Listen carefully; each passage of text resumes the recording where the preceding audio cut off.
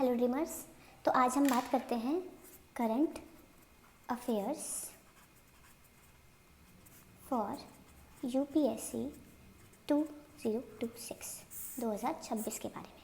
ठीक है, तो आप में से बहुत सारे लोगों का पहला क्वेश्चन होगा कि हमें करंट अफेयर्स कब से करना चाहिए, व्हेन। ठीक है, कब से करना चाहिए। तो अगर आप मई 2026 के एग्ज़ाम को टारगेट कर रहे हैं तो उसके लिए पिछले 1.5 साल का करंट अफेयर्स आपके लिए इनफ रहेगा। जैसा कि जनवरी 2025 से लेके मई 2026 तक का करंट अफेयर्स आपके लिए है। सेकंड आपका पॉइंट होगा कि इसके लिए सोर्स क्या क्या होंगे करंट अफेयर्स के लिए।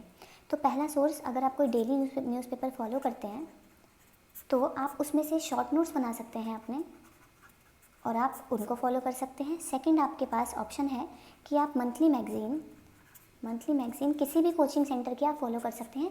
उसमें या तो आप अंडरलाइन कर लीजिए, हाईलाइट्स कर लीजिए, वरना फिर आप उसके भी शॉर्ट नोट्स बना सकते हैं, जैसा भी आपको ठीक लगे। थर्ड आपका पॉइंट है कि करंट अफेयर्स को कैसे किया जाए। तो आप जानते हैं, अभी की बात करते हैं हम। अभी जैसे नवंबर है तो इसके लिए सपोज़ आप पॉलिटी और इकोनॉमी 2 जीएस के सब्जेक्ट अभी पढ़ रहे हैं, तो आप जनवरी से लेके अभी नवंबर तक इन दोनों सब्जेक्ट के जितने भी करंट अफेयर्स के टॉपिक हैं वो आप करिए।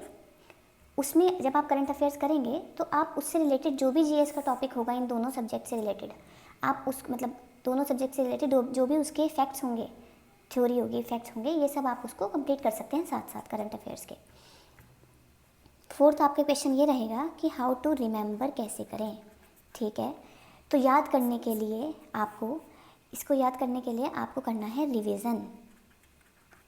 रिवीजन करने का सबसे अच्छा तरीका करंट अफेयर्स में है डेली क्विज़ कीजिए। डेली आप रिवीजन कीजिए। बहुत सारे कोचिंग सेंटर अपनी वेबसाइट पे डेली क्विज़ अपलोड करते हैं, आप चाहे तो उन्हें सॉल्व कर सकते हैं। इससे आपका जो टॉपिक आप पढ़ेंगे वो रिवाइज भी होता रहेगा।